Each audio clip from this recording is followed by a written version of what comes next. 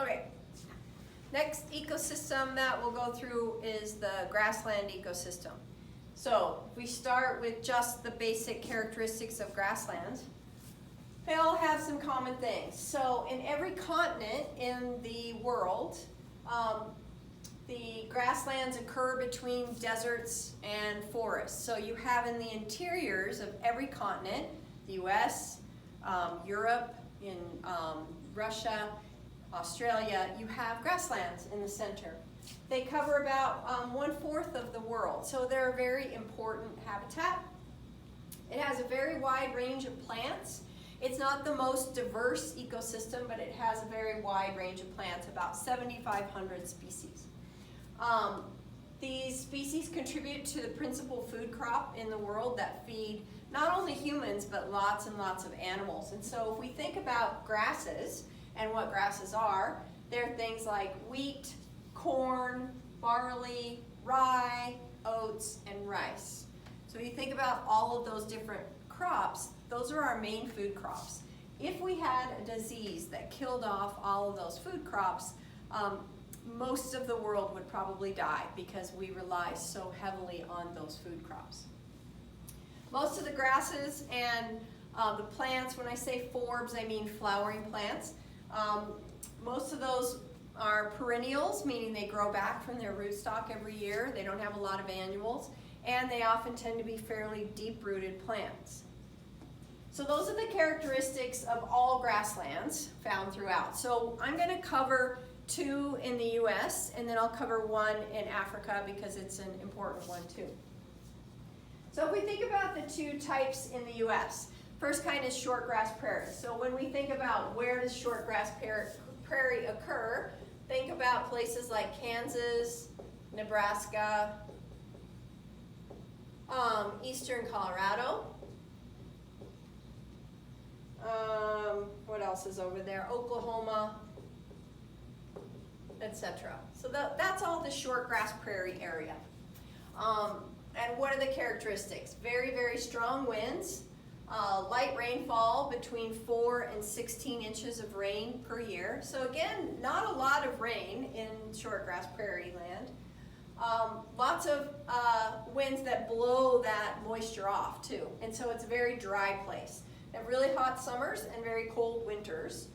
And again, the grasses are deep rooted. Now when we think about shortgrass prairie, I think I've talked about this, like if we ever get out again where we can go to a museum, and you can go to the Historic Museum in Denver, the Colorado History Museum, they have a little exhibit about the Dust Bowl. It's super cool and it's totally worth going to. So they have a house, and you go into the house and you sit down and the door shuts, and it's like what it was like to be in the Dust Bowl time. So they make the winds blow and it gets really dark, and so why did that happen? In the 1930s, there were several things that happened. When actually this happened prior to the 1930s. So in the 1800s, for instance, farmers came into that area and they wanted to grow wheat and corn and rye, and so they dug up the grasslands that were very deep-rooted plants, and they planted instead things like wheat. Wheat is a very shallow-rooted grass, and they replaced all of the native grasses with these non-native plants, and then we had a drought. We had many years of drought in the 1930s. So prior to the 1930s, growing those plants was probably okay. It wasn't until we had those many years of drought that now it was so dry, the wheat couldn't grow because it didn't have enough moisture, plants died. Now there were no native grasses, and so the topsoil began to blow in the wind, and we had the Dust Bowl time, which was lots of people starved, and it was a really tough time. The other thing to think about in shortgrass prairie is the whole bison, prairie dog, cowbird interaction. So our normal grazer should not be cows, they should be bison.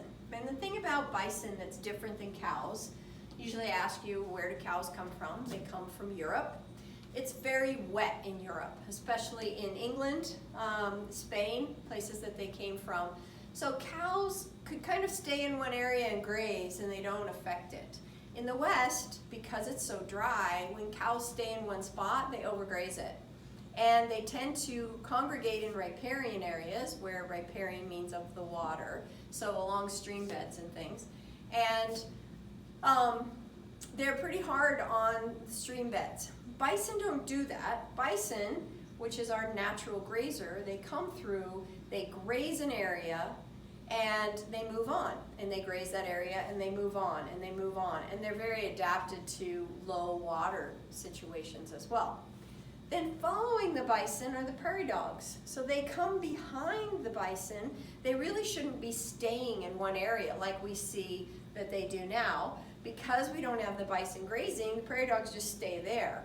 But normally the prairie dogs would sort of follow along behind the bison because they like the grasses grazed down so that they can see predators. And then along with that, the cowbirds would also move along with the bison. And cowbirds are nest parasitizers. So if you remember when we talked about the cuckoo bird and how it parasitized other birds' nests, the brown-headed cowbird does the same thing. It's just not, it's our native parasitizer. And it would normally move with the bison. So it wouldn't hurt a big population of the birds because it was constantly moving. Now they don't move because there's no bison again, really, not natural anyway. And so the cowbirds really harm a lot of the nesting birds because they continually parasitize so that those nesting birds never get to raise their own young. So cowbirds have been very, very challenging for a lot of the warbler species. So we've kind of lost that natural system in our grasslands. The other thing is fire. So Native Americans used to burn the grasslands because they learned that that would make the grasses more nutritious for the deer and the elk and the animals that came along to graze, antelope. And when you burn the grasses, it goes so fast it doesn't kill the plant because the roots are so deep, the plant just grows back up again. So Native Americans knew that was a big part of grasslands was fire. So that's the short grass prairie. The other grassland is called tall grass prairie in the United States.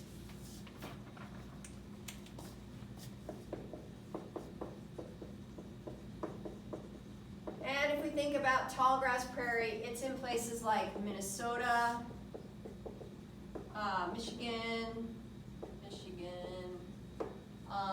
Missouri, Iowa, Ohio.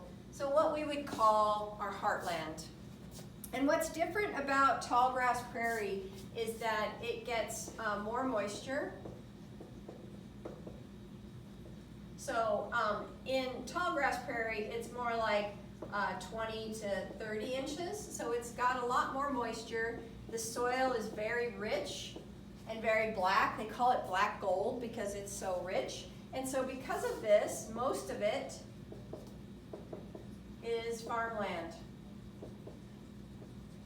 So if you drive through Kansas, it's like lots of grassland that goes on and on and on, and that area has kind of stayed the same. There are lots of ranches and farms, but tends to be more like ranches and less like wheat farms than these areas where you have more wheat being grown, corn being grown. Think of Iowa, it's the corn growing place in really the world. We do feed the world because our soil is so incredible and so rich.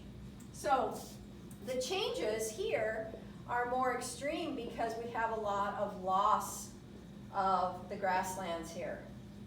There are some areas that are called national grasslands. They're like a national park, but it's a grassland. And you can go and visit those areas and see what the grassland was like. So the grasses would have been as tall as me, really tall grasses with sunflowers and things mixed in between. And because they also have a lot of legumes, so legumes are plants like lupins, things that, the important part about legumes is that they fix nitrogen. So they basically give the plants fertilizer. And so that's why that soil is so nutritious. and that's the tall grass prairie. And you have some areas that are mixed with the two.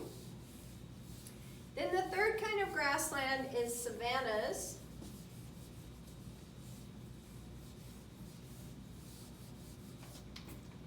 And that's the African grassland. So the African grassland we call savanna.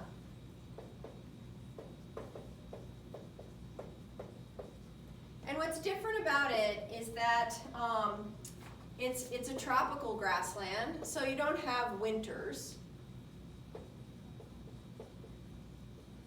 What you have instead are dry and wet seasons. And so during the dry seasons, the animals migrate. They tend to go to places where there's a little bit of a water hole somewhere that they can survive. Then when you have the wet season, there's so much moisture, the grass is healthier, the plants are healthier, and then the animals come back again. So the animals tend to migrate back and forth across the grasslands looking for water mostly. They get about 20 to 50 inches of rain per year.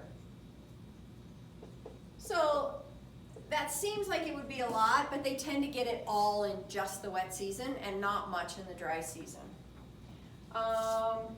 You tend to have grasses, but you also have trees here. And the kind of trees you have are acacia trees. They also call them umbrella trees. And you'll see pictures of these. And so you have a few more shrubs and trees because you get this intense moisture in the wet season. The trees are incredible because one of the things they can do is just like dump their leaves and then grow new green leaves later when it's wet, and so they can get through the drought that way. So when we think about the African savannas, the best thing we usually think about is the number of animals. So the diversity of animals is probably the highest in the world in the African savanna.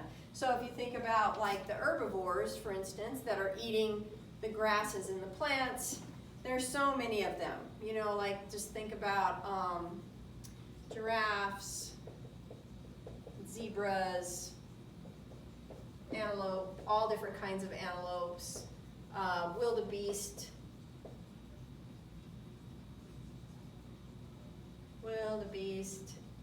Cape buffalo, rhinos, and hippos, etc. So many different herbivores. And then along with that come the carnivores, which are also amazing, like lions, leopards, hyenas, I'm trying to think of some of the other, there's lots of other, especially small carnivores. But it's an incredible place that we see no other, in no other part of the world. And sadly, some of these animals, which have been common in our lives, things like giraffes are beginning to decline, and rhinos are almost extinct. And these animals, they're for a couple reasons. One is human use, particularly in China for things like rhinos, and that's allowed the extinction of that animal. Things like the climate change, because it's becoming drier and harder for animals to get through that dry season. They're dying for that reason. They're overhunted. There's just a lot of competition with humans. So we're seeing a decline in Africa like we've never seen before, which is a little bit sad because those animals are animals that we've known our whole lives, as kids and in books and things. So that's the grassland ecosystem.